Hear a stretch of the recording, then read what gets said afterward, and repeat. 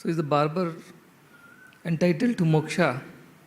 If he cuts hair of people's hair, is he entitled to moksha or not? Is our cook in the kitchen entitled to moksha? The gatekeeper and the watchman and the people who are cleaning the toilets, are they entitled to moksha? Yes, very much they are entitled to moksha, provided they desire for it. If they only desire for a salary, for the haircut that is given, salary for the food that has been cooked, some appreciation for maintaining the premises clean, some kind of a reward or recognition for a good security service, if that is all they desire, then that is all they get. Though they are entitled for much more, but they have only asked for so much. Therefore, they are only going to get so much.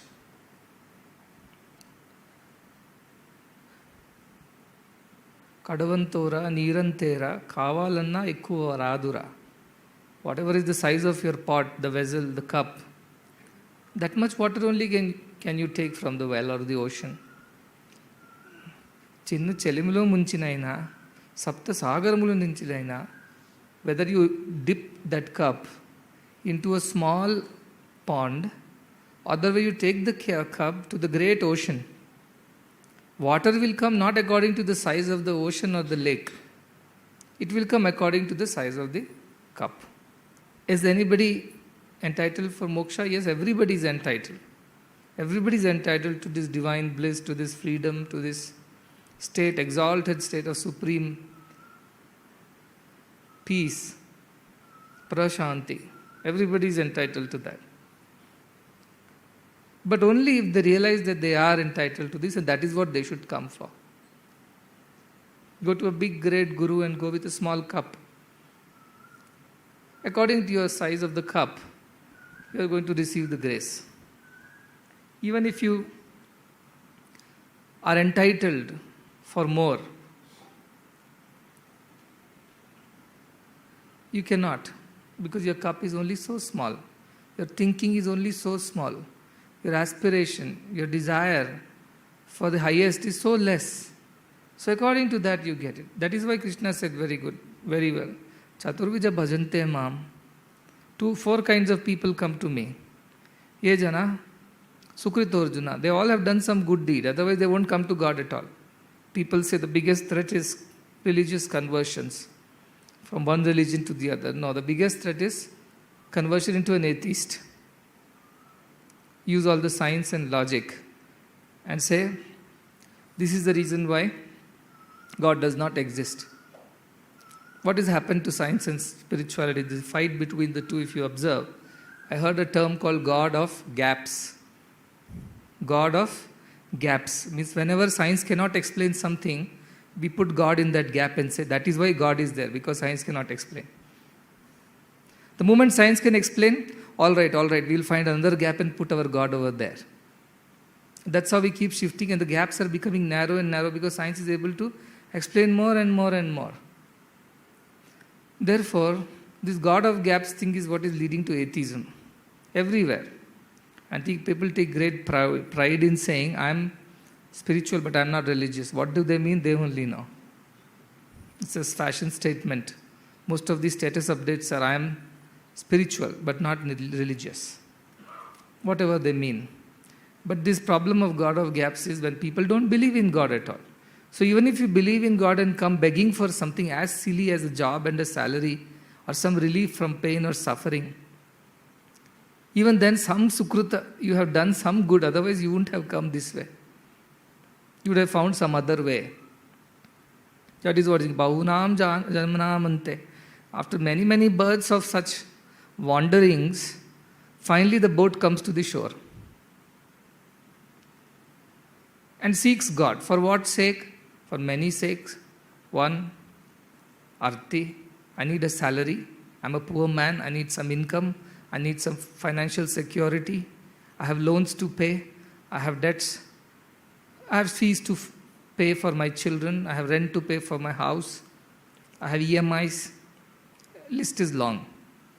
They come for God for that. So even in this ashram or anywhere else, there might be people who are just artis. who's come for some problem in their life, they didn't get anything anywhere else. So they came and fell at God's feet. Please save me, help me. All right. God will say, all right, come. Your cup is how big? This much? All right, take as much your cup takes, as much you can fill in your cup. Then Artharthis come. Their cups are also small. And they are also coming for some desire only. It could be not just financial or problem with finances. It could be recognition, it could be fame, it could be power, position, authority. It could be any of these things. They all come for that. And their God is the ocean unlimited He is. But your abilities are limited, so you only pick up so much from that ocean of compassion. You get your artharthi, those desires which are worldly and petty, fulfilled. At least you are better than those fast-growing species called atheists, an extinct species called devotees. So you are there, so I will save you any which ways. You begin there. So artharthi. Then comes those who are jignasu. They are done with their problems. Not that their problems are solved. Their problems are not done, but they are done with their problems.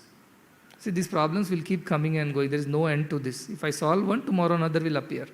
Therefore, how long will I go behind my problems and desires? They are unending. They are endless. They come continuously. So why should I bother God for these things? Let it be. That's a part of my karma. That is a part of this whole life's game. And it will keep happening. Sukha, dukkha, labha, alabha, jaya, ajaya. It will keep happening as day and night. So let me not bother about this. Understand the difference. Jignasu is not free from all the problems. He did not become Jignasu because all his financial, emotional, family, or professional, personal problems were solved by God. That is not the reason why he became Jignasu. He became because he realized these problems are a part of this life. Anityam, asukham, lokam. Therefore, it's a part of the life. How long will I go on begging God for solving my problem? Is that all God is meant to do? Yes, He did solve my problems. From 10 years, He's been solving my problems. He's been helping me in all possible ways. So how long should I go on? So he becomes a jignasu. Enough is enough. So it doesn't mean that he does not have a problem. Does not mean that he does not have another 2 daughters to get them married, or he does not have a son to get him educated or send him to US. Or it does not mean that he does not have a property dispute happening with his brothers or sisters. Or it's not that somebody has not cheated him or her for something in their lives. Yes, or somebody is not sick. Nothing like that. They have all these. But they have grown above these and said, enough is enough. Let me seek higher things. But then again, he's a jignasu. He's only asking questions. Does he mean to truly find the answers? May not. His joy is only in asking questions. Some children are there in the class. You must be knowing teachers. Their joy is in harassing the teacher by asking questions. They don't mean anything. They don't need to know the answer also. They already know the answer. They are most of the time testing the teacher. The teacher also knows the answer or not. There are some children. Why they ask questions? So that everybody should know how brilliant they are, how much they have done homework and come. So there will be people. Like that there are jignasu. But what happens? Again our Ashtavakra laments. Ajivapi jignasu parastatra vimuhyate. In the whole life you keep running behind questions of God. But you don't mean to practice anything. You just want to develop intellectual knowledge and give lectures or talk about it and show your pandityam in front of those poor artharthis. That's all is their joy. Parastatra vimuhyate, ajivamapi. All life also he does this jignasu, this business of asking, getting questions answered. Still the ultimate will elude him, evade him. He will never receive that. Because his cup again is there, but probably slightly bigger than, but still full of holes, and it won't stay. So there is no point, he cannot contain the entire ocean in that cup, however big it is. So jignasu also is kind of, though entitled for higher things, he is only exercising limited rights over God or Godhood. Then there are jnanis. As I said, it's not that jnanis don't have financial problems, jnanis don't have family problems, or jnanis don't have political issues or professional issues. It's not that in Gyani's house everybody is married and settled well abroad in US, California. It's not that in Gyani's life there are no property disputes and fights with their neighbors and kith and kin. It's not that in Gyani's wife, the wife is the most faithful or the husband is the most faithful.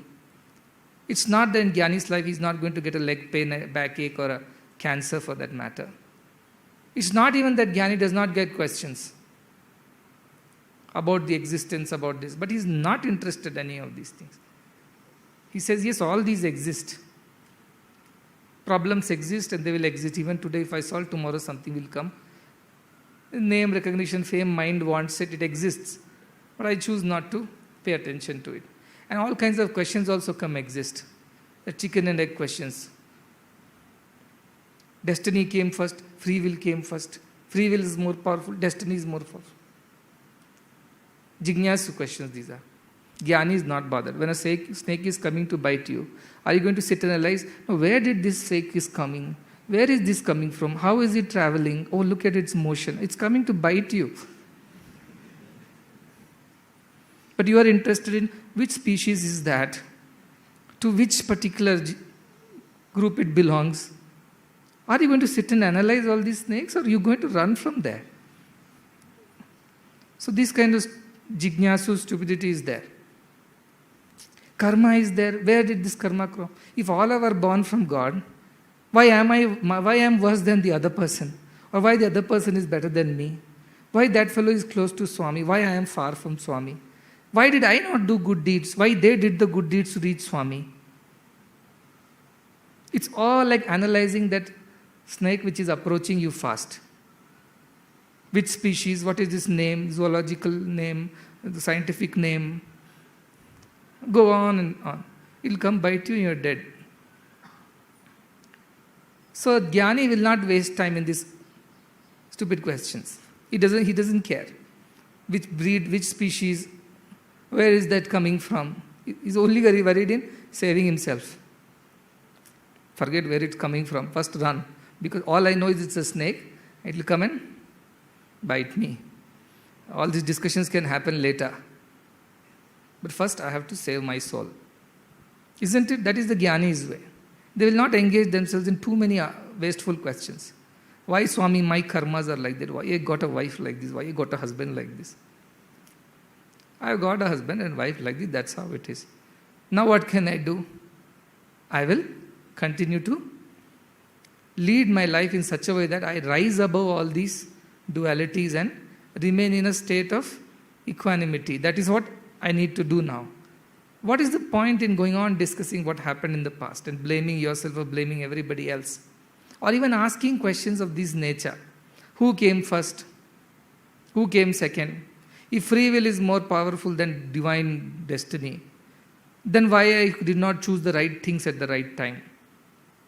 If destiny is what is more powerful, then what is the use of free will? If I am in charge of my own fate, then what is God's role? If God is only decided everything is a drama, I am only an actor, then how can you blame for the sins that I commit? These are all the ways of that jignasu. Ajivamapi jignasu. But this kind of curiosity is unnecessary, it's a waste of time. Our culture was so clear about it. Somebody asked, Vedas were written, these are questions people have asked, so I am answering it during the discourse itself. So Vedas were written in which year? When was the first Rishi and who got the first message of Veda?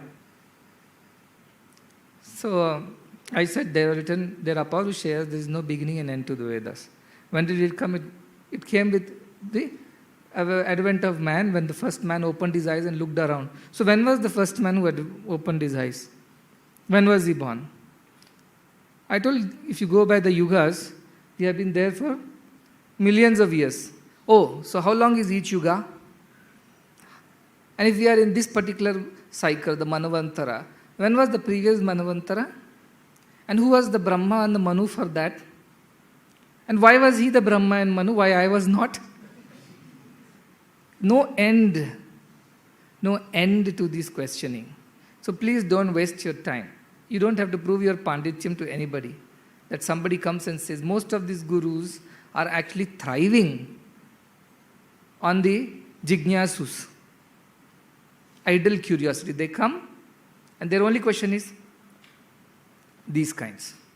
And whatever the Guru answers, whatever they understand, they think now they are more spiritual because they got the knowledge of where the origin of universe was, who was the first avatar, and after that who came, and after that who didn't come, and what on the number of cycles. And they're so interested in all the periphery, so interested in beating around the bush.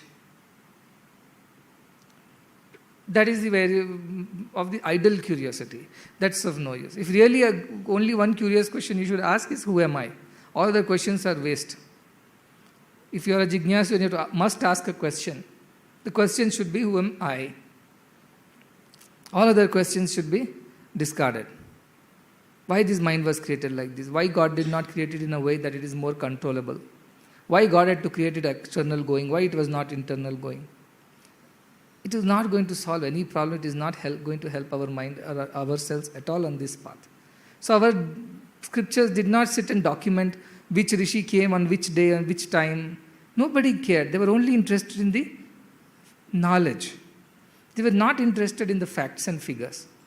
Where the Western thinking is documenting, recording facts and figures. And they forget the knowledge. They don't think about that deeply. And because of that, what happens? Our culture looks inferior. Oh, these people don't even know when the origins of these things were. So probably they don't know anything, they're simply blabbering. What is the proof? Till 25, 30 years back, they said our culture is only 2,500, 3,000 BC? This Harappa. Now they're saying, no, there are some things which are 7,000, 8,000 years old also. Then after some time they'll come, I think there is something more than that which we don't know. It will go on like that. This is idle curiosity. Idle curiosity. When did the Upanishads get written? When which sage appeared first? Who got which message? Unnecessary. In Kabir Das, one beautiful doha is this. He says, Jati na pucho sadhu ki, pucha lijiye gyan. Don't sit and ask the sadhu, what is your origin, which language, which place are you coming from, which caste you belong to, which ashrama you are associated with. Jati na pucho. Don't waste your time asking these questions to the sadhu. Puch lijiye gyan. Ask the knowledge. I don't care which of these ashramas you are from and which caste you belong to. You come from north, east, west, south. I don't care. I'm interested in my emancipation and I know you can help me. So I'll not waste my time asking curious questions. Tell me, give me wisdom, give me jnana. That is the nature of the true sadhaka. Not interested in this periphery and this idle curiosity. They're only interested straight into the wisdom, the core of it. So that is jnani. So we must strive to be like that. Don't ask idle questions. Especially this origin of the universe, karma, free will, destiny. You know there is karma, you're experiencing it, that's all is the truth for now. You deal with that truth. The snake is approaching you fast. So sitting and analyzing its species, its generic name, its scientific name, you run from there. Are you going to, who's going to, after you are dead, you will report, I was bitten by certain species of the certain snake whose generic name is this, scientific name is this, that's how I died. Is that what is important at the end? Rather, you ran from there and somebody asked, which snake was chasing you? I don't know, it was a dangerous snake, I ran. Are you going to feel guilty? Oh, I did not check which snake was that. How do I report it to the newspaper tomorrow? Is that going to be your concern? No. You saved yourself, you are relieved. That should be the focus of a sadhaka. Instead of going in lanes and by-lanes of tarka, vada, shastra, upashastras, waste of time. You straight focus on where you need to go. And that is to know who you are. That is all that matters at the end. Why I am saying is that when many questions arise in your mind, if these questions are simple, differentiate, idle curiosity. If I don't know, is it going to stop my spiritual sadhana? Is it going to be any way significant for my further growth? No, I don't need to waste my time knowing all that. Yeah, I may not be able to impress a friend of mine or two who wants to argue with me about the greatness of some other culture or historic importance of some other culture over mine, Doesn't matter. His idle curiosity is simply wasting his time. I will rather run away from the snake. So that should be the focus of the sadhaka. So Jignasu, Jnani, all four kinds of people come to God. And poor God has no choice. If he does not entertain them, then all of them will become the new breed, atheists. They will not believe. Science will explain to them some kachapaka, some theorem they will explain, and they will believe that yes, science has explained this so far. And if you ask the question, what about that which science has not explained? They'll say science will explain some point in time. Science is exploring. Where I said universe was small, now they say universe is infinitely expanding. Like a balloon is expanding and every day it's moving up farther and farther. And there are billions of universes. We are in a universe, in that we are in particular galaxy, in that we are in particular solar system. And then we are saying now there are billions of universes, billions. And the size of the universe nobody knows. Millions and millions of light years. What is the point in all this? Does this support you? Does this help you become more peaceful, joyful, contented? Nothing. At the end you have to deal with your day-to-day issues. So forget about this wasteful curiosity. When this Rama comes, which date, which year, which what? All right, he came, he taught something. Catch that. Don't go for these details. Go for the core. Because it is said, when Shaunaka went and approached Angirasa and asked, Kasminnu bhagavo vijñātam, sarvamidam vijñātam bhavati. But what should I know? Kasmin vijñāte. What should I know by which everything will be known to me? He was not interested in other things because he had spent enough time dealing with aparavidya. He spent enough time dealing with scriptures and shastras and agamas and rituals and karmakandas. He had done enough of this. At the end he realized he has not found the peace.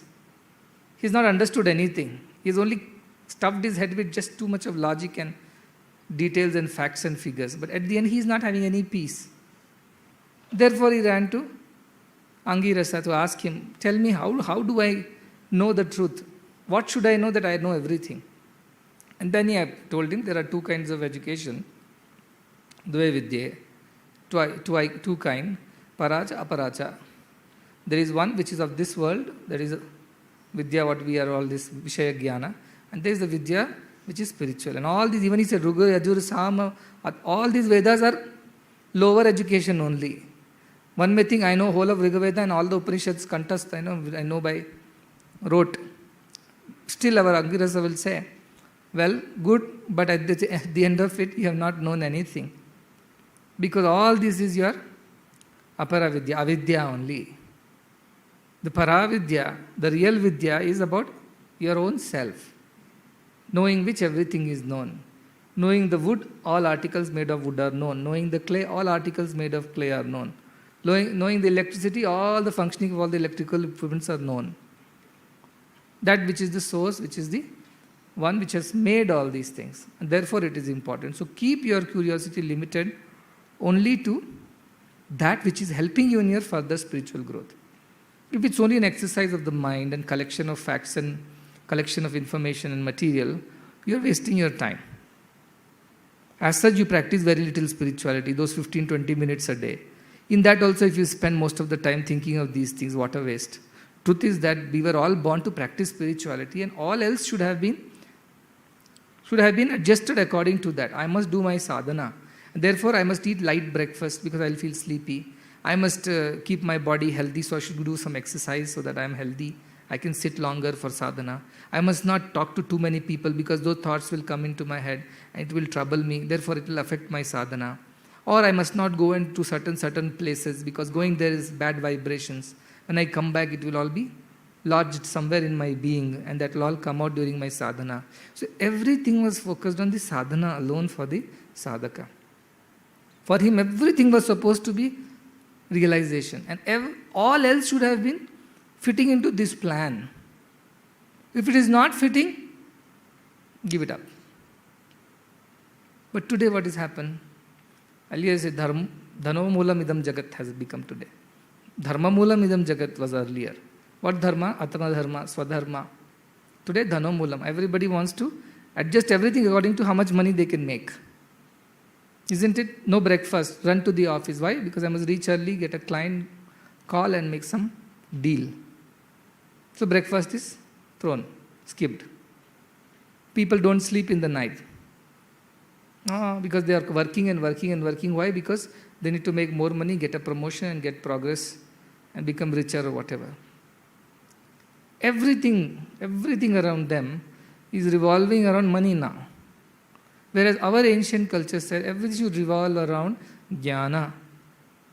To attain that jnana, you must put all your efforts. Yatata, put your efforts, yatatam, yatatmavan.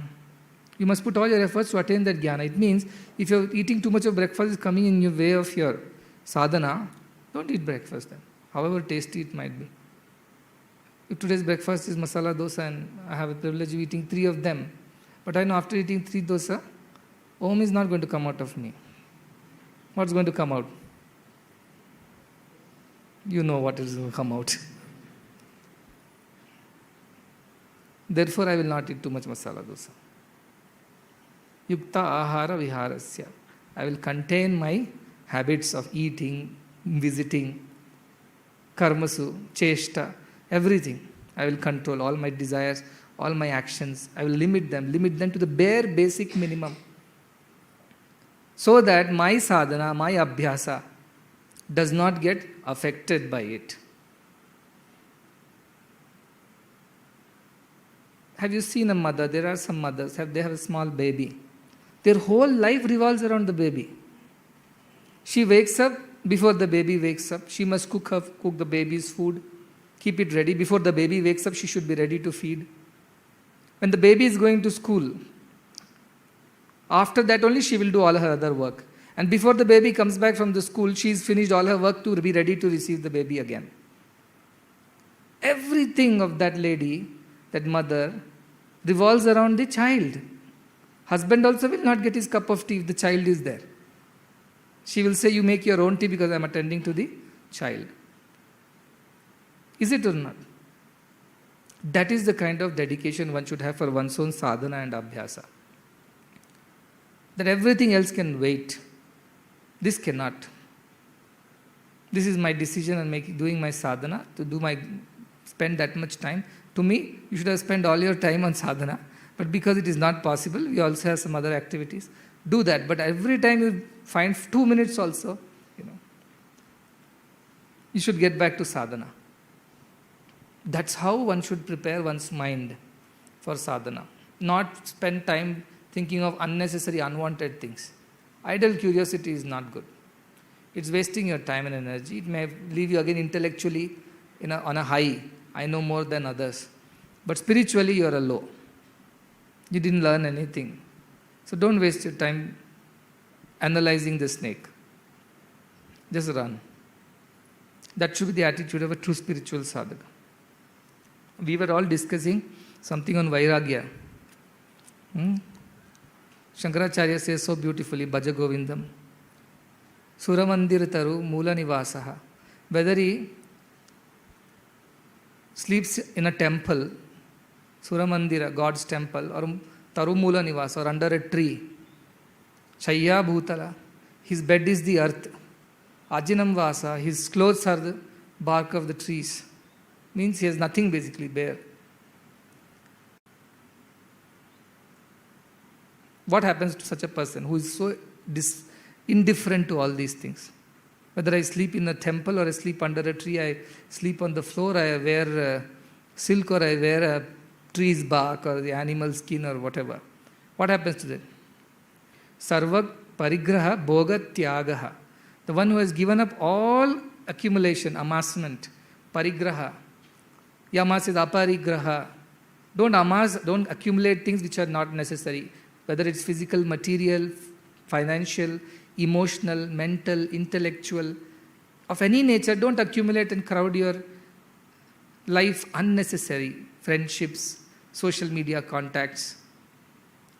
We don't need them. You are confusing and crowding your head. So aparigraha, Yama says aparigraha, get rid of those. Don't accumulate more than what you require. That's why I told even ladies, 6 months you have not used the saris, you don't need the sari. No, the sari I got during my marriage. So what? No, if I go for any other person's marriage, in 6 months you have gone to anybody's marriage, no, discard it. You don't need it. You need for darshan, need for your work, that is fine. Like men, they keep accumulating gadgets. You don't need it, don't accumulate it. Don't simply crowd it. Like that friendships, like that unwanted money, like that unwanted relationships, thoughts, even these intellectual facts and collection of information. Nothing is necessary. You use what you need to use. Everything else is lying around. So, sarva parigraha bhoga tyagaha. We are talking about vairagya, so I am coming to that. The one who learns to give up sarva parigraha, bhoga, all kinds of enjoyments which are unnecessary. It means if you did not eat that another dosa, it was not going to make you die. You did it because you became a slave to that tongue. You see? And that is why you ate it. Your stomach kept on saying, please, please don't send another dosa. I am overloaded. It's impossible for me to digest this. But tongue says, take it, take it, take it. A hot one has come now. So eat it. Tongue said you ate it. Stomach is under trouble now. And with that stomach which is swollen, how are you going to chant God's name? How are you going to sit in one position for 2 minutes straight, you tell me? Not possible. Bhoga tyagaha. Because it will come in the way of my spiritual growth, so I must do tyaga of it. Kasya sukham na karoti viragaha. How can such a viragi, the person of such detachment and dispassion, not be happy, he says. Kasya sukham na karoti viraga. For that person of detachment and dispassion, how can there not be happiness? Such a person has to be happy. This is the conclusion.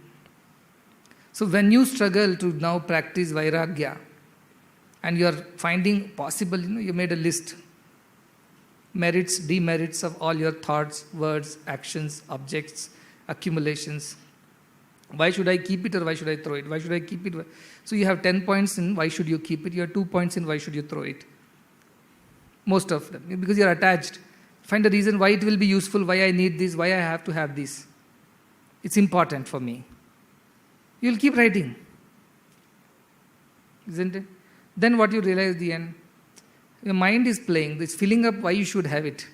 And heart just says one thing, should not have it because it's going to come in the way of your spiritual growth. That's one argument heart has. And rest all of the arguments are by the mind. So list out a long list of why you should not give up, why you should not throw it away, why you should not detach from some thought, word or action or people or place or objects or idea, information, emotions. Why should you not? It will give a long list. Like I asked some people, if somebody is making a mistake, you should have pointed out, no? You should have pointed out. You will save the entire system if you are able to find somebody who is making a mistake. You would have helped everybody. What is the answer, I would have heard that person. Because God is in that person also. So I would have told something and that person would have been hurt. Therefore I will not tell. I didn't tell. I'm sorry. My question is that if God was really in that person, would he be making that mistake in the first place? If God was only operating to that person, as you supposed to believe, you seem to believe, can that person behave in that particular way? It means at that point God was not operating, his mind was operating. And therefore you should have pointed the mistake. And who would be hurt? God is not hurt. God never can be hurt. It is the mind which will get hurt, ego which will get hurt. That's fine. That's fine. You shouldn't have kept quiet. See, this is what I'm saying. Mind's logic. He will give a wasteful logic. All logic is a waste. Even if it gives 100 reasons why I should have it and my heart says one and the only thing that you should not have it because this is not spiritual, this is not going to help you attain your goal. Enough. That one argument is enough. One argument is enough to throw everything away. Of course, you may have 2-3 more arguments. No, you may need it after a week or after 10 days. You have promised somebody, so you need to give this to that person. Whatever be the reason. There might be 2-3 more meritorious reasons. But one reason that this is not spiritual and it's not going to help me grow spiritually, more than enough to discard all the reasons the mind gives why you should have it. Why you should have wealth, why you should have big family or money or more properties or so much more intelligence, knowledge, skills, talents. If it's all not helping you in the spiritual path, just mercilessly, ruthlessly, I said heartlessly, dump it. Whoever it might be the dearest of your friend, but is not spiritual. Then you don't give me the logic. No, if I have the responsibility of helping my friend come up, isn't it? The people are saying, when Karna went and joined Duryodhana, did it help Karna? Or destroy him? He couldn't change Duryodhana, nor he could make peace with his own inner conscience. In a state of confusion, utter confusion, he died. Whereas Vibhishana said, my own brother is wrong. And all other brothers, cousins, nephews, everybody is supporting my evil brother. And I know if I talk against him, he may just finish me off. Or may throw me out of the kingdom. And then whatever little comfort and, these things I have, the palace and the privileges will go away and I will be on the road. So what should I do? He didn't think once also. My brother is not on the side of Dharma, is not for Rama, I am not for him. Walked away. See the dispassion. You are asking how to practice Vairagya. This is how you should practice Vairagya. First and foremost question, is it going to help me attain the spiritual goal? If not, dump. No arguments. Don't even give time for mind to... It's not a court of law where you give chance to both of them to argue out their points and whoever weighs more wins the argument and wins the case. No. If one argument heart comes up with, this is not spiritual, it's not going to help you in your spiritual growth, that is worth hundreds of arguments of mind why it is worth it. Just dump it. That's enough. That itself is, this one thought is enough to develop Vairagya and come to this detachment which I am talking about, getting rid of your unwanted things. It will just help you. This one thought should help you. Like Vibhishana who decided, is it dharma? Is it according to Rama? No. Whatever it is, there might be plenty of wealth on this side, there might be all the comforts and all the privileges that I am going to have or going to lose now. I may be separated from my own wife and family. I may be killed. Anything is okay because this is not spiritual. When Vibhishana, like Rakshasa, could think so straight, imagine he was going to lose everything what he ever could have. His wealth, his inheritance, his privileges, his powers, his family, even his life. But he just decided, I must go to Rama because that is right. Karna, what did he do the other side? When he was not allowed to participate because he was not a Kshatriya or what a king, he was only a son of a, so to say, charioteer. Duryodhana got up and said, no, I'll give you one kingdom. You are the king of... So you can also participate. Now let's have a war. Let's have the competition, he says. And what should Karna should have told? Duryodhana, this is not right. But Karna also wanted to prove himself. His mind was there. It wanted to, do what it wanted to do. So he accepted the offer, went ahead to prove his supremacy. And then what happened? He became indebted to Duryodhana. Never could come out of that debt. All life even if he knew Duryodhana was wrong, all life he suffered under him. Bhishma Pitamaha, he suffered all his life because he listened to his mind and not to the heart. He didn't think that this is right or this dharma or not. He didn't think. He just kept on arguing. I have given promise to Satyavati, my mother. I have taken a Bhishma vow, pratignya, that I will protect this seat of Hastinapura. I have taken a vow that I will not marry and continuously serve whoever be the king who sits on this throne, whether he is evil or good, he didn't bother about it. All my life, because I can live forever, I will fight for the Hastinavati and the king of Hastinavati. Mind's arguments. All seems right? And on one side, heart says, what you are saying is wrong. Just leave this.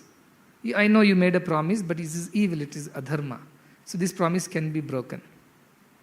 You will gain less sins by breaking the promise than by continuing with the promise.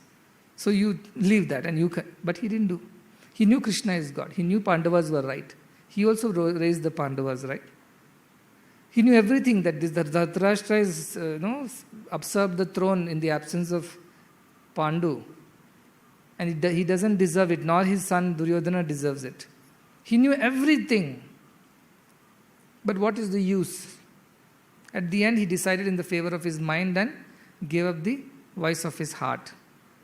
Sattva Buddhi was not there. So Sattva Buddhi alone can help us in these situations. Our Sattva Buddhi should tell us, if this is not going to help us in our spiritual path, it could be simple as the dress that I wear, the food or the quantity of food that I eat, the number of hours I sleep, the places I go, the things I see, the kind of stuff I read, the kind of videos or kind of movies or kind of external things that I watch. For everything you should develop this interest. Because unless you develop that, and because you have only one interest, which is to realize and become happy, crossover. I was telling these boys, we make efforts, but they're flimsy efforts. Like throwing a ball up and it comes down right back. So for a moment or two, we stay in that exalted state of supreme divine bliss, declare ourselves Jivan Mukta, but the next moment, Jivan Bhukta. For once, push yourself so strongly that you cross over this gravitation force. You escape the earth's gravity. Escape velocity, they call it. Escape for once, so that you don't have to again be in the control of this gravity. You have gone up and never you are going to return to this earth. Earth means this is symbolic. You are free. Nobody can control you now. So try that, is what I was telling these interns. That you have pushed yourself many times. Bahunam janmanam. Many births you have tried escaping.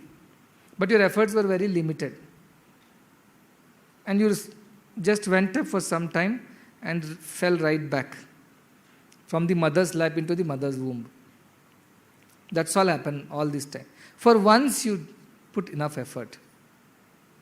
Gain that momentum, get that escape velocity and escape this Janma Mrityu. And no one returning, you can free Swachhanda Charina. You can roam as you please. Nobody can tell you what to do, what not to do, because you are always doing the right thing. You are dictated, you are guided by your dharma, inner conscience. You are not going to go wrong anytime. Machitta you will become. All your mind will be continuously engaged in me. There is no other thought in your mind other than me. But how it will come? It will not come easy. Patanjali says, Abhyasa Vairagyena Vritti Nirodha. All your mind's vagaries should be stopped by Vairagya, but Abhyasa of Vairagya. The practice of detachment will help you control your mind at some point in time. So how do you practice detachment? This is how. Sit down. If something says that not going, it could be anything. It could be a question of your very survival the next day. It does not matter. Have that much of courage as Vibhishana had. What will I eat tomorrow? Does not matter. If I am on the right path, food will come to me. If I am on the right path, what I need will be given to me. Like Vivekananda once was traveling. See, he was so intelligent, he could become a lawyer and join this British courts. And done what? Fought against Indians and punished Indians. On behalf of it, British courts were all fake. Everybody knew what's the final judgment going to be. Whoever you are. And if the judgment is not going to be that because of some clause, they will change the clause, they will change the penal codes and make sure that the British government wins. Whatever happens. So what's the point? But many people became barristers. He also could have become one. And he was so intelligent, he could have been a great lawyer. But he chose to argue for India, argue for Sanatana Dharma, argue for Hinduism. And he advocated it quite well around the world. But he could have been a small, petty, puny lawyer in some Calcutta court also. But he chose the other way around. So when he was a Parivrajaka, first 2 years he was roaming around the whole of country. He also followed Shankaracharya's method, walked up and down, north and south of the country. All by himself. Not a pocket money, no bank accounts, no ATM cards, no internet banking, mobile banking, not even money to bank. Just walked out of his house. And roamed around seeking God, seeking knowledge, seeking the understanding of country which needs emancipation. So once he was traveling and he was going in a train, it seems, and he was very hungry. He had not eaten anything for maybe 2 days, 3 days, whatever it was. And there was this rich man who was sitting in the same compartment opposite to him. And that man said that you people, are young people, you should be working hard, and you people have taken to this lazy method of living, begging in the name of being monks. What a shame. And he was going on, how they are. So they was going on scolding. At that point in time, Vivekananda kept quiet. He was so strong, he had gone and given a tight slap to that man. But he had learned his way. Earlier he would fight with anybody, but he would not now. He learned that is not the way. They are blabbering, let him blabber. A station came, he was so thirsty for water. Somebody gave water, he just drank and sat with that. And the other man bought a lot of food for himself. And he asked, he didn't ask him for food, he was arguing and shouting at Vivekananda. He said, God is there for me. He will provide for me. I don't need anybody else's help. He was very clear. And this man said, let us see. So the next station arrived. It is some station, you don't even know where you are right now. No Google Maps.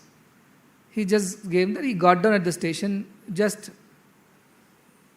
casually.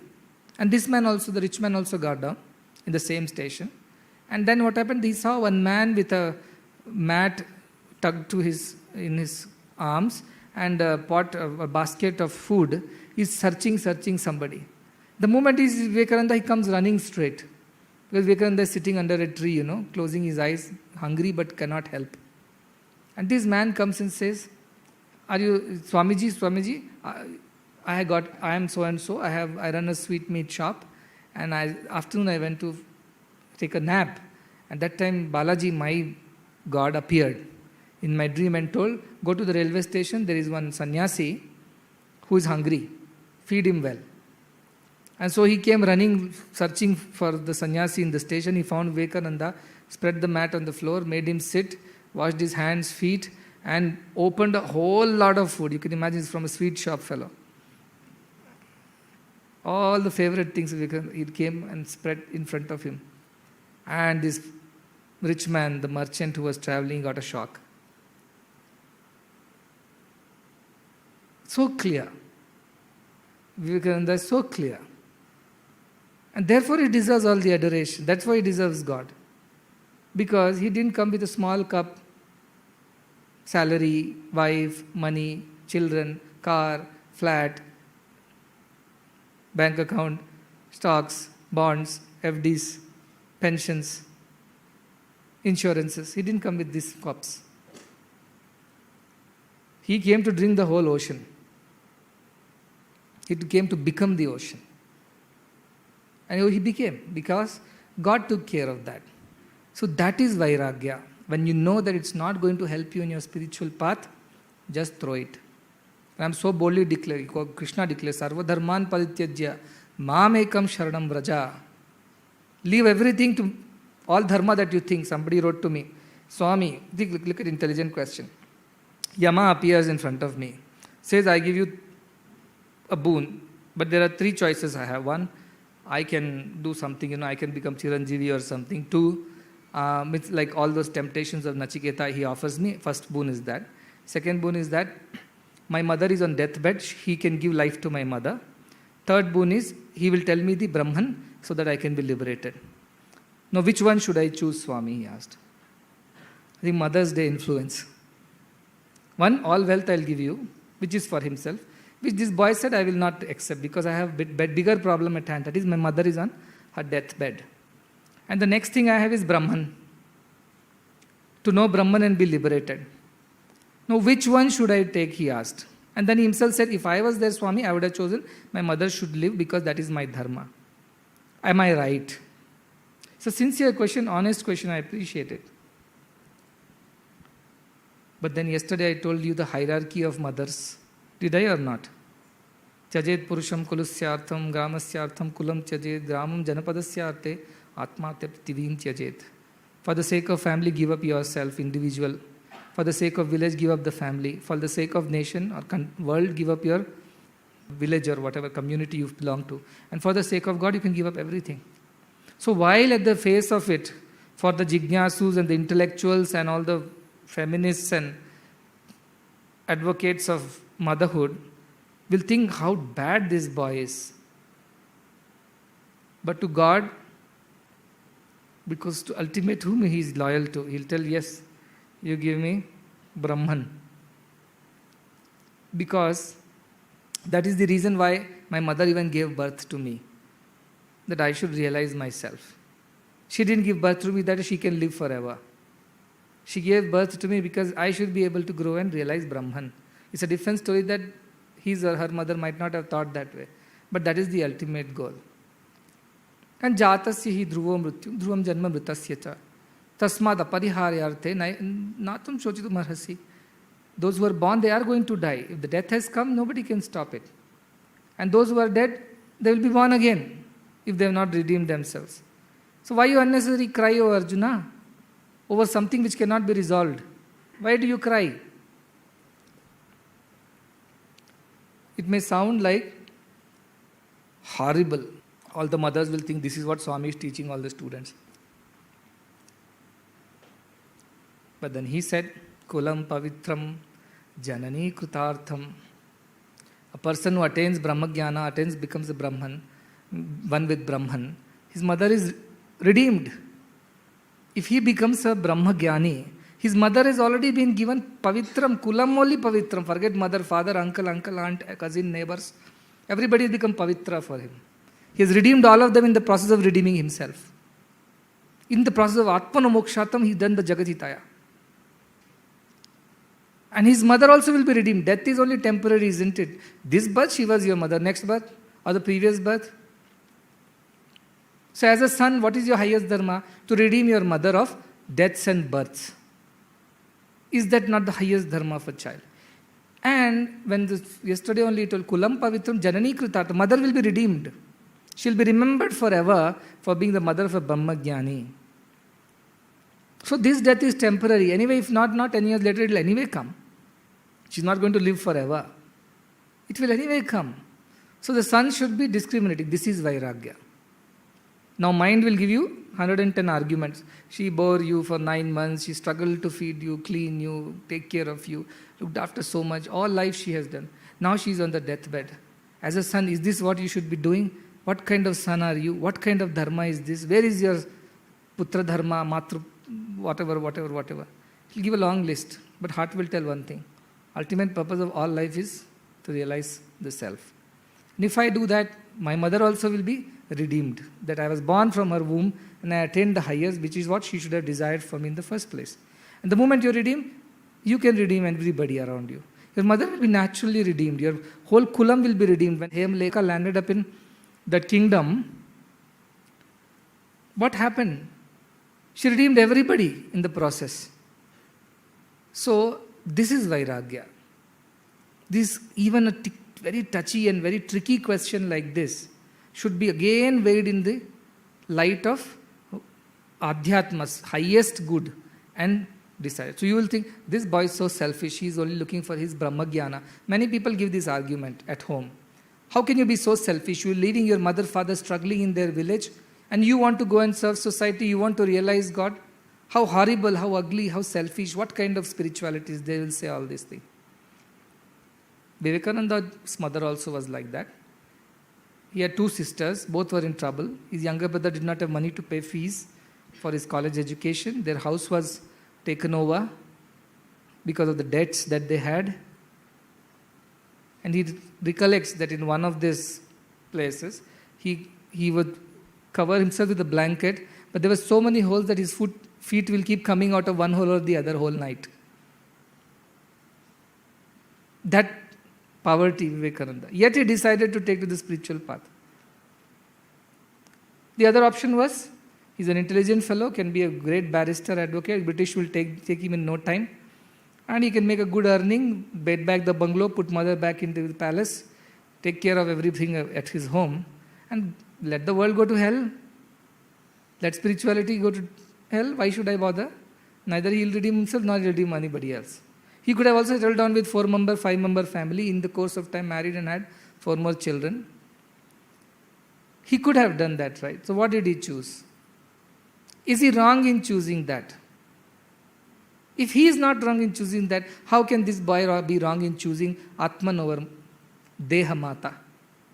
How can this? So don't give in to such emotional. As somebody said, I read in Narasimhamurthy's book, Tao philosophy, love is not an emotion, it is a decision, he said. Love is not an emotion, it's a decision. Love must know how to make a decision and not get drawn or carried away by emotions. I love that boy, so I spoil them. I love my child, so I give everything and spoil them. Is that truly love? It's not love. It's attachment, some raga. But if I truly love, then I should be able to decide correctly. That love will give me the strength to take the right decision. That is Tao philosophy, whatever. So Vairagya will come if you have that clarity in your head, accompanied by tremendous determination. This and nothing else, like Nachiketa. This and nothing else. I will ask you a question. Suppose Yama had given only one boon to Nachiketa. What would have been that boon? First boon of Nachiketa was, please make my father happy. When I go back, he should accept me. I should be happy and live long. All right. Second boon, he said, please teach me the way we can go to heaven, because my father desperately wants to go to heaven, but he's not knowing how to go. If you teach me, I'll teach him. Done. Third boon, teach me about Brahman. If Yama had given Nachiketa only one boon, Brahman, one boon that ask one anything, our Nachiketas would have asked, after learning about Brahman from you and the Nachiketa Yajna, I should go back to my father who should accept me with peace. Could have been, right? Somebody, when God told, ask a boon, and he said, may I eat with my great-grandchildren in gold plates.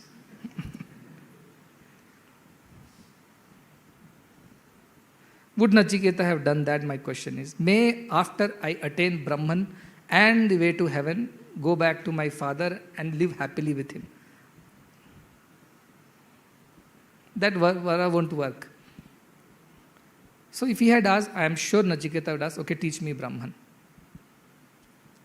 That's all he would have asked. He wouldn't have asked, I would go back to my father should get redeemed out of this Maya. He would have told, teach me Brahman even then, because I have found a perfect teacher in you.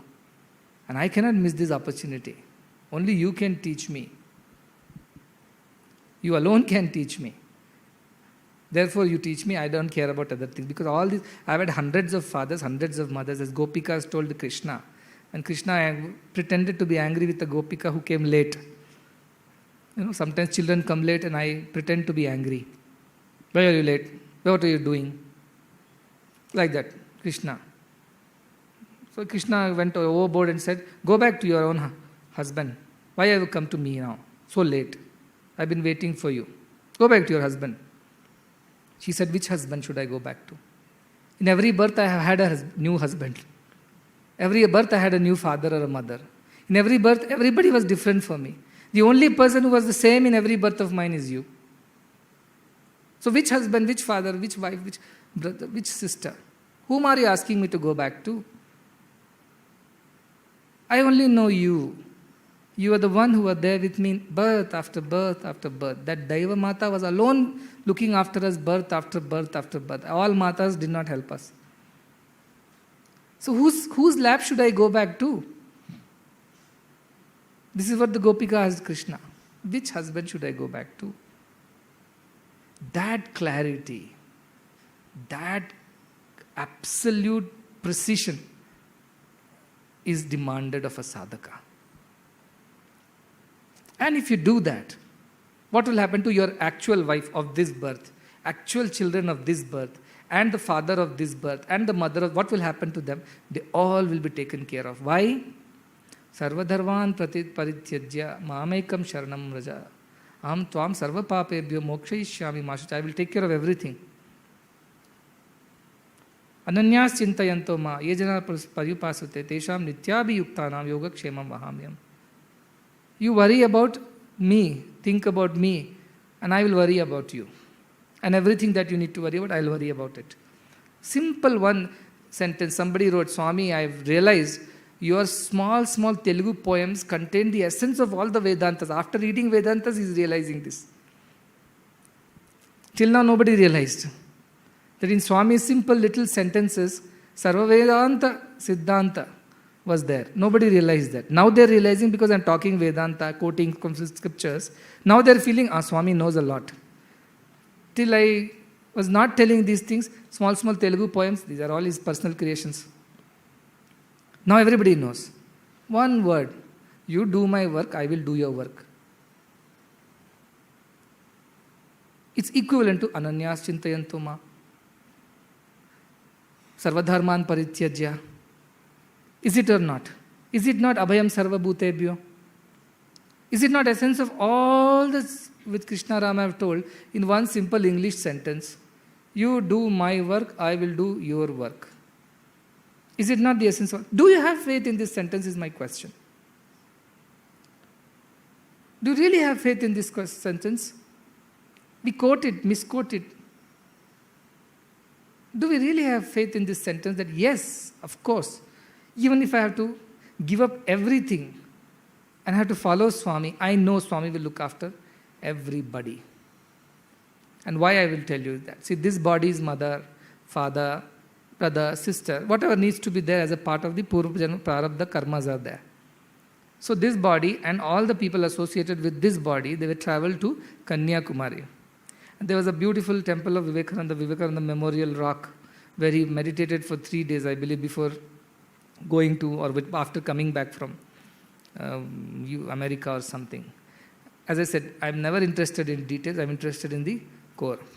So we went there, the group, and as everybody entered the Vivekananda Memorial Rock, and Swami Vivekananda, huge statue, is standing over there, dark color. And he's in the center, and the Guru Ramakrishna and Mother Saradama are on the either sides. So as this whole group went inside, so this body stood in front of the statue and prayed mentally that you are such a great disciple of your master. You, in those days, under such difficult circumstances, you followed your master and went to the almost the ends of the earth, all the other side of the earth at least, and spread his message of Vedanta and all this. What a great, noble, blessed soul are you. That is what this one told that one. And what did that reply? That Vivekananda came alive in the statue. Because they're all there in Sukshma, you see. They came alive, the statue. And the moment he came alive, he said, he ignored this comment. He ignored this comment as if he didn't hear at all. He was not. He looked and said, are these family members? He asked. So obviously the reply has to be there. Yes, Swamiji. These are all the family members of this body. This is the mother of the brother, sister, whatever. You know what Swami Vivekananda said? He said, your Guru has taken care of the family much better than my Guru. No comparisons. Your Guru has taken care of the family better than my Guru, he said. God has taken care of your family better than my family. Should we not have that faith in one sentence? You do my work, I'll do your work. That is the essence of Vairagya. I must do just what Swami wants me to do. Everything else can be thrown out of the window. It may sound hard and ruthless to your own personal relationships, mother, father, brother, sister. But who is this mother, father, brother, sister? And where were they at birth before? And where will they be after a birth more from now? So they are there. Respect them. Do what is required to be done. But when it comes to choosing between the great spiritual path and the others, it's always the spiritual path. And you can be rest assured. You don't even have to fear like the sannyasis of the past, who are family members are left to themselves and we don't know what become of them. Here is a Swami who says, you do what I am saying, you realize yourself, all your responsibilities are ma'am. Yoga kshemam vahamyaham. I will look after. You just do what I am trying to tell you. That's all. Yesterday I was telling, because the mind is so petty, it understands only money and finances. If I tell you anything, so everybody, how much work we have done? We have fed 25,000 families, let us say. Oh, 25,000 followers. We have spent 25 lakh rupees feeding. 25 lakh rupees. Which attracts more? We spend crores running the institutions. 5,000 students are studying. Versus I spend 2 crores a month running the institution. Which sounds attractive to the media, to the general public. They'll only catch hold of the money part of it. They'll not see the seva part of things. That's the nature of it. That's why I was telling. If I can take care of thousands, 1 lakh children have been treated in our hospitals, 10,000, now almost 12,000 have been operated for free, thousands have studied, lakhs have been fed. If I can look after all of them whom I don't even know, so to say, they don't know me, so to say, will I not look after you and your near and dear ones? Don't you have that much trust in me and in my word?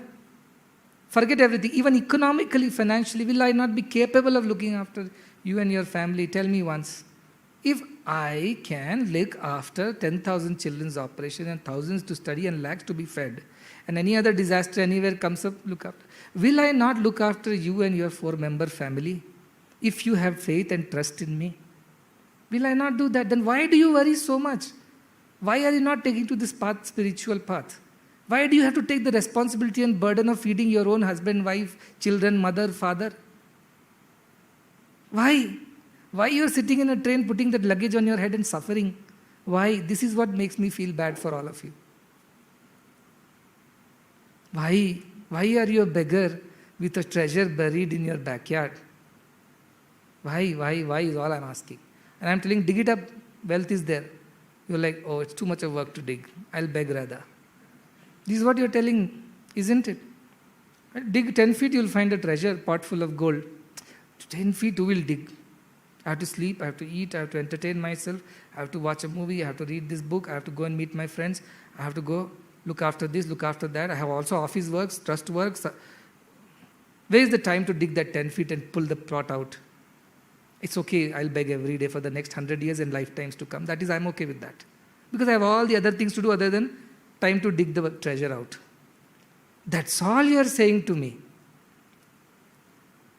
And what am I saying in return? Forget all this. Ananyas chintayanto ma. Think of me alone. Forget all these things. Think of me alone. I will look after. Just do what I'm saying. You do my work, I'll do your work. What is my work? You become Jnani. That is what I'm saying. Now I'm so much more vocal about it. Nothing other than Jnanis will work for me. How can I help you? Become me, you help me. If you can't become me, you don't help me. Now I'm all the more vocal. I'm continuously telling. Till yesterday I told, no, join the institution, become a doctor, become a teacher, become an engineer, become an accountant. All that was there. There were ways, methods. The goal was to help me. Today I'm telling, the only way you can help me is to become me. Anything less than that, you really don't help me. And if you truly want to help me, you have to become me. And becoming me means you have to become absolute desireless. That is perfection. That is Shuddha Sattva. That is the Parama Padam. Absolutely desireless. I have a small 4-year child. He is falling sick. Should I pray? Not pray. Is that a desire? Not a desire. No, is your responsibility? You take the responsibility. That's about it. It needs to be taken to the doctor. Take to the doctor. Beyond that, what can you do? Take my life. Save my child. Drama vaddu.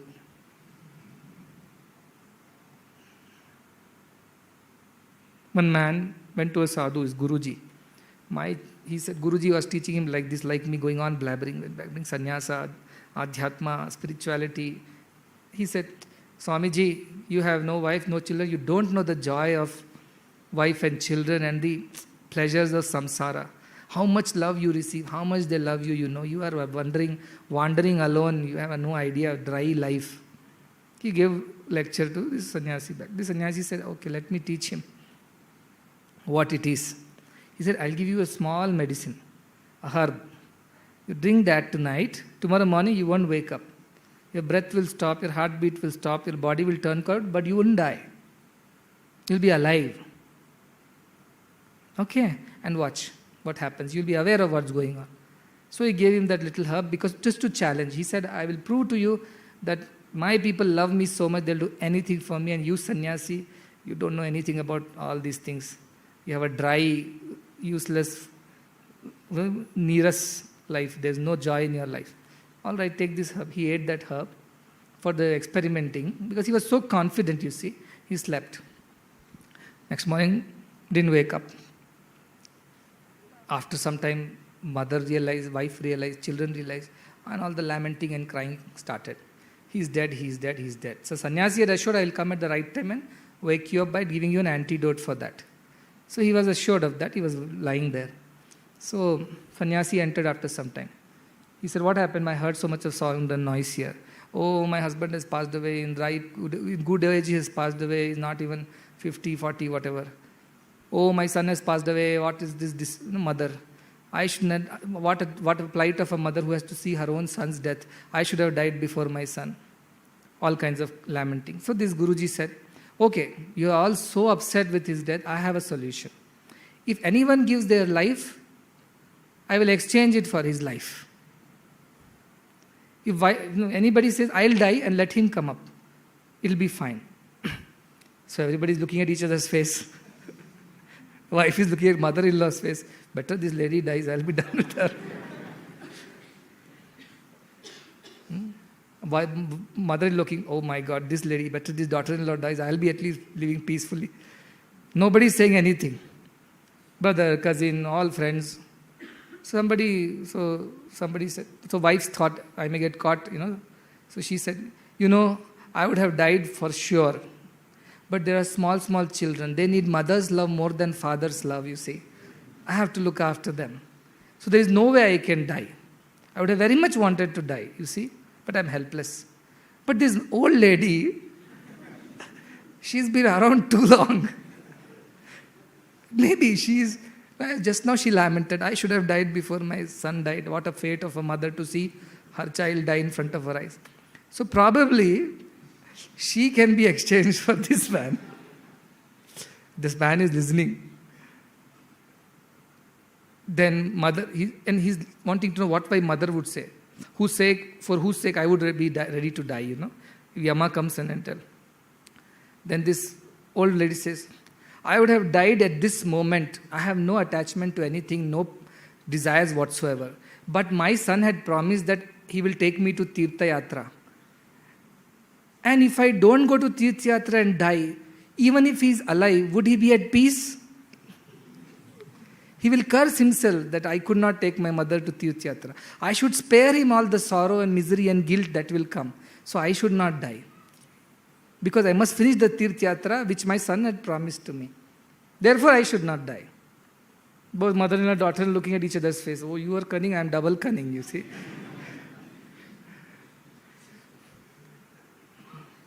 This man who must be in that state would have thought, I better die now. What's the point in coming alive, living with a wife and a mother like this? For whose sake I was doing everything. He would have thought like that. So this sannyasi knew the plight of this man. He gave the antidote, this man came alive. They both were shocked. Then sannyasi said, have I proven my point? He said, of course, yes. And he became a sannyasi to saying that your life is better than my life.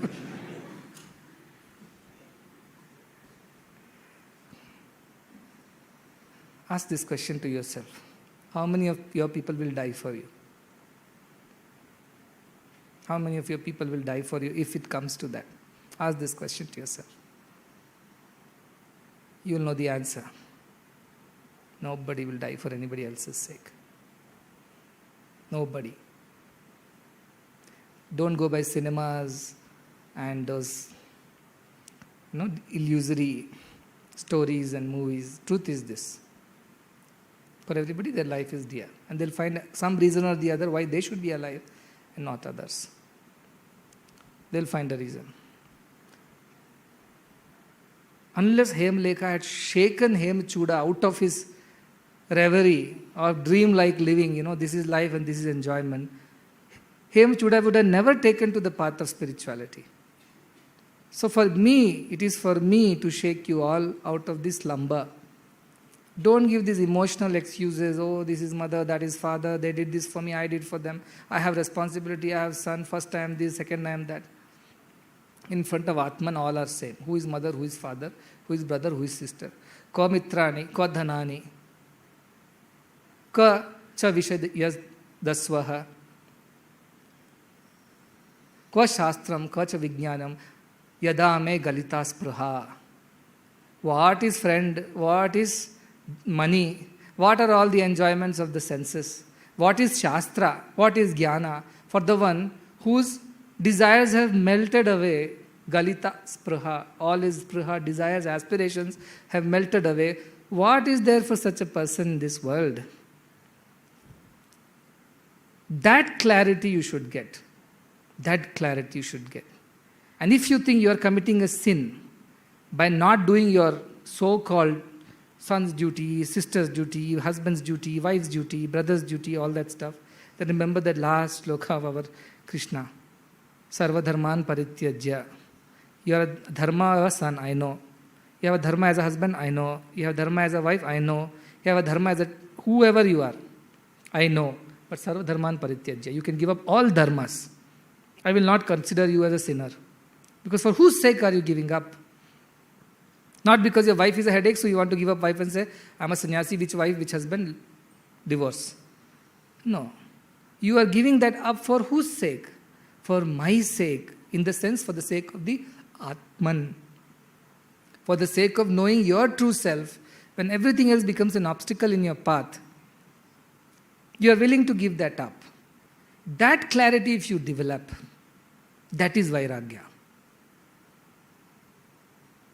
Could be anybody. I'm sure most of these husbands and wives will go home and look at each other like this.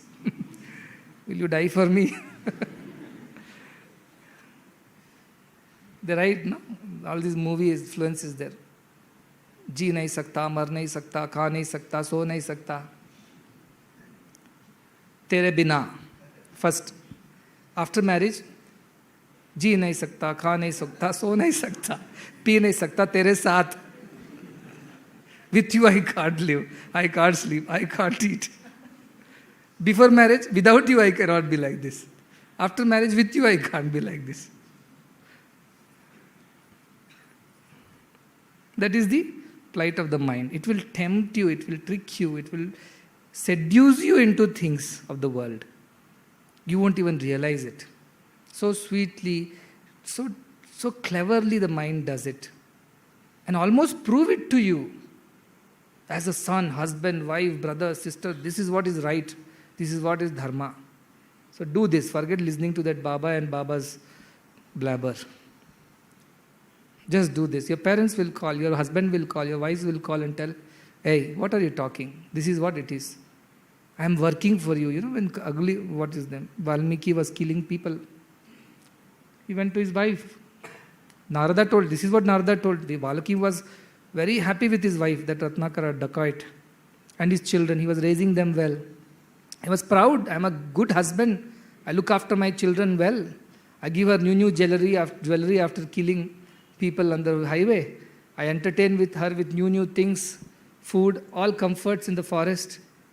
I protect them. So he was a very proud husband, like many husbands who are proud. I work 18 hours a day for whose sake? For the family's sake. No, he works for his sake. He wants his promotion, he wants his name, he wants to beat his colleague in the competition. He wants to show off that he has a bigger car than most of his friends. He wants to have a bigger house so that he can tell, talk about it in his relative circle. He is not working for you. He may say so. So this Narada asked one, okay Ratnakara, you are so proud. You know this is sin. He said, yes, of course it is sin. But who cares? He said, all right, I don't care about it. But I just want one thing. For whose sake are you committing this? For the sake of my children and wife, because they are the ones whom I have to look after as a dharma of the husband. Okay, I'll ask you only one question. You go to your wife and ask her, will she share the sin of what you are doing? Luckily, at that time, people still believed, even if they're criminals, they believed that there is sin and there is merit and papa, punya, and they'll suffer if they're committing sins. Luckily, even a dacoit's wife believed then. Today's generation, as some boy told me, YOLO generation, you only live once. So enjoy. There is no death, birth, punyam, papam. They have junked all the scriptures and theories. You only live once, so enjoy as much as you want. Because you never know you'll live again or not. But even the criminal's wife in that yuga knew there is sins and I will have to suffer for it in hell. So he went and asked his wife, "Dear one, I work for you, you know that." "Of course, yes." "I love you very much and the children, you know that." "Yes, of course, I know." "So my question to you is, because I do everything for you, I look after you, but you know how I do it. I kill people. I loot people, rob people. Are you going to share the sin with me since you are my wife?" She said, "Why should I? Why should I share? That is your duty as a husband. How you earn is your problem. You married me. I'm your responsibility. You got children with me. They are your responsibility. As a father, you're supposed to feed. Now, how do you feed? You kill somebody, rob somebody, you work hard. You are an IT engineer, you are an army, you are a doctor, you are a lawyer. How does it matter to me? You cheat in your office or you work honestly. How does it matter to me? That's none of my concern. My concern is you should feed us because you have married me." He got a shock. No worse shock than this man who listened to his mother and wife's conversation. He was shocked. For this wife, I did everything. And she says she will not share the sin, nor the children should share the sin. Vairagya came. And he became Valmiki. Today we don't know his wife's name. Today we don't know his children's name, but we know his name. Isn't it? Bhartrihari. I read about him. This man was a king in Ujjain. At least Ujjain is a very, very big kingdom at some point in time. Ujjaini it used to be called. King Vikramaditya was his brother. This man was Bhartrihari. So fond of his third wife by name Pingala. Infatuated. He cannot think of anything other than his wife. His guru was there, one Gorakhnath Baba. This Babaji came to the kingdom. And he saw this king and understood this king is losing his way. Too much of infatuation, too much of attachment. But he has great role to play, bigger purpose. So what this Guruji did, he gave him a phala, Amruta phala. If you eat that, you will live very, very long. You will not grow old. You will always remain young, healthy. And he said, you are a king. You're a just king. You're a kind king. If you eat this, you will live long and serve the praja. So here is the fruit to you. The king took it very gratefully and went home and thought, if my wife lives longer, I will enjoy more. She should remain young, beautiful. She should not grow old, wrinkly. So let me give this fruit to my wife. So he called his wife and gave this fruit, Pingala. Take this fruit. If you eat this, you'll always remain young. So he wanted the wife to remain young forever so that he can always boast around, I have Miss World with me. Or Miss Ujjaini at least. He gave. This wife was in love with the Senapati. And she thought, if I eat this king is not going to leave me. Let this king die some point in time. But if I give to this Senapati, I can enjoy the Senapati for a longer time. He'll remain young and vital. Otherwise, he'll grow old and weak. Then we cannot have pleasures. So she gave in turn to this Senapati. Senapati was in love with a maid. And this Senapati thought, I love that maid so much, servant maid. She should be given this. Because she will be younger and live longer. So he silently gave this fruit to this maid servant. And this maid servant thought, our king is the most noblest and the most just. He should live the longest. I should give this fruit to the king. And she came with the fruit and to the king. King, I want to offer a fruit, is Amruta phala. If you eat that, I know all these things. Who gave you this fruit in the first place? To me, that Senapati gave. Who gave the Senapati call? Your wife only gave. He got a shock of his life. He became a sannyasi. So you don't need to necessarily go through shocks to become sannyasis. All I'm proving is that. Don't have to go through that. Wise people have said, snakes bite and you die. Don't have to get a snake, get yourself bitten and see whether you die or not. Not necessary. That's all I'm trying to say.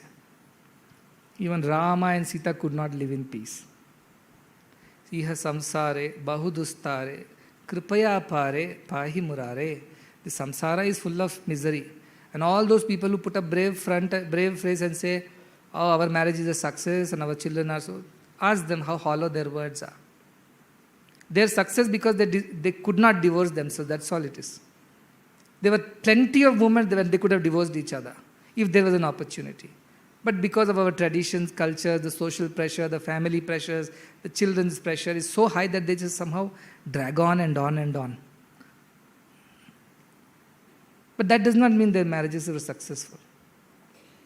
Or these worldly friendships that we talk about, Tere bina ji nahi sakta, kha nahi sakta, pee nahi sakta. All this sounds good in movies and films, and because that's what they sell. They sell people what they want to hear. If you tell spiritual things, who wants to hear? So remember this. Remind yourself of what is true, what is not. Nitya anityatam smara. Unless you do that, you cannot develop dispassion. So if you tell me how do I develop vairagya, keep telling yourself this again and again. This is not in line with my spiritual path. This is an obstacle for that. It could be as simple as having an extra dosa when you don't need to, or sleeping an extra hour when you don't need to, or making extra friendships when you don't need to, or watching extra things which you don't need to, or reading extra things which you don't need to, or going extra places which you don't need to. It could be anything. If it is not helping you to grow spiritually, discard ruthlessly, mercilessly. Mercilessly discard that mind and its vagaries. Say nothing doing. Kill it. Jnana khangena. With the sword of jnana. Kill it, they say. Cut it. Don't wait. With the sword of jnana, just cut those attachments and free yourself. No thinking. That's what I'm saying. Your foot is caught in a crocodile's mouth. You have a sword in your hand. What are you going to tell? That is Brahman, this is Brahman. Brahman goes to Brahman. You'll allow your foot to go inside his mouth. What will you do? Take the sword and thrust it into the mouth of that crocodile. And out of pain it will leave and run. That is what Shankara told his mother. This crocodile is catching my feet and pulling me into this river. I shall die if you don't deliver me by permitting me to become a sannyasi. And that is a real mother. She said, if you have to survive by becoming a sannyasi, rather you become a sannyasi and survive, but don't die. That is motherhood. That is real love. So if your parents say, no, nothing like this, nothing like that, or your people, parents, or whoever around you starts advising in all possibles, tell them. The only way I'll survive is if I can remain in the path of God. Any other way, I don't think I'll survive. And they should say, yes, then if you think you'll survive only that way, then so be it. And two mothers approached the King Edward and asked him, they're fighting over a baby, saying, this is mine, this is mine. The Edward was not sure how to do justice. So he said, okay, we'll cut the baby into two. One part to this mother, one part to that mother. The moment he took the sword out, the real mother cried out saying, please don't cut the baby, give it to the other lady, it's okay, but don't cut the baby into two. He told she is the real mother, give the baby to her. That is real mother, for whom the baby and her welfare or its welfare is more important than her desires, her attachments. She is a real mother. That is the ideal of motherhood or fatherhood, whichever way you put it. If there were two fathers fighting also, king would have done the same thing, cut the baby into two. That kind of clarity, parents, friends, relations, everybody should have, and you should have in the first place. You should have in the first place that I am here for knowing the truth and nothing less than that will be agreeable to me. If that means giving up everyone, everything, perfect. Give it up without thinking twice. Because the moment you start thinking twice, there is a possibility mind will come in and will convince you. Without thinking twice, then and there, immediately, tachana, do it without thinking twice. When crocodile is eating your leg, are you going to think twice? When the snake is approaching, are you going to think and analyze? What will you do? You save yourself when your body is on fire. Can you desire for anything else? Where is my friend? Where is my mother? No, you'll run to jump into a pool. That kind of feeling should be there in you. Only then Vairagya is possible. If that is not there, Vairagya is not possible. You understand?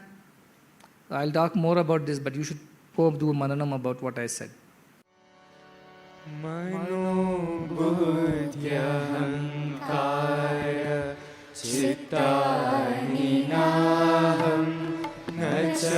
श्रोत्र जिह्वे न च ज्ञाननेत्रे न च व्योम भूमिर्न तेजो न वायुः चिदानन्दरूपः शिवोऽहं शिवोऽहं चिदानन्दरूपः शिवोऽहं शिवोऽहम्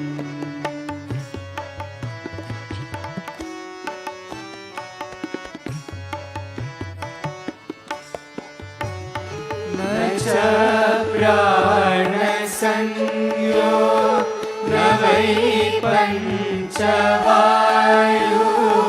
न वा सप्तधातुर्न वा पञ्चकोशः न वा पाणिपादौ न चोपस्थपायुः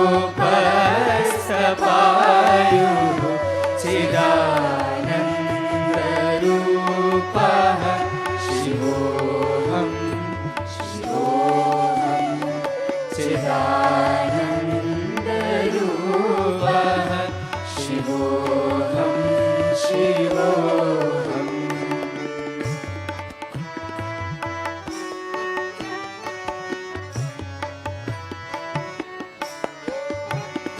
न मे द्वेषरागौ न मे लोभमोहौ मदो नैव मे नैव मात्सर्यभावः न धर्मो न चार्तो न कामो न मोक्षः चिदानन्दरूपः शिवोऽहं शिवोऽहं चिदानन्दरूपः शिवोऽहं शिवोऽहम्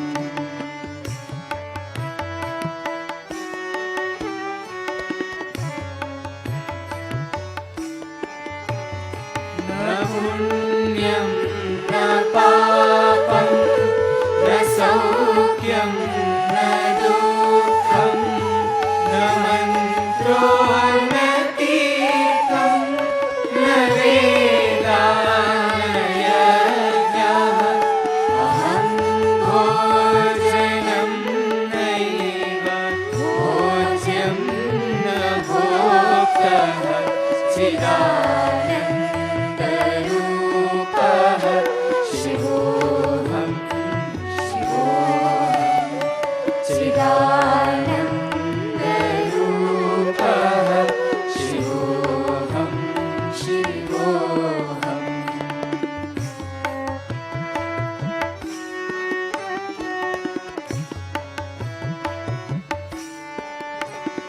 न मे मृत्युशङ्का न मे जातिभेदा पिता नैव मे नैव माता न जन्मः न बन्धुर्न मित्रं गुरुर्नैव शिष्यः चिदानन्दरूपः शिवोऽहं शिवोऽहं चिदानन्दरूपः शिवोऽहं शिवोऽहम्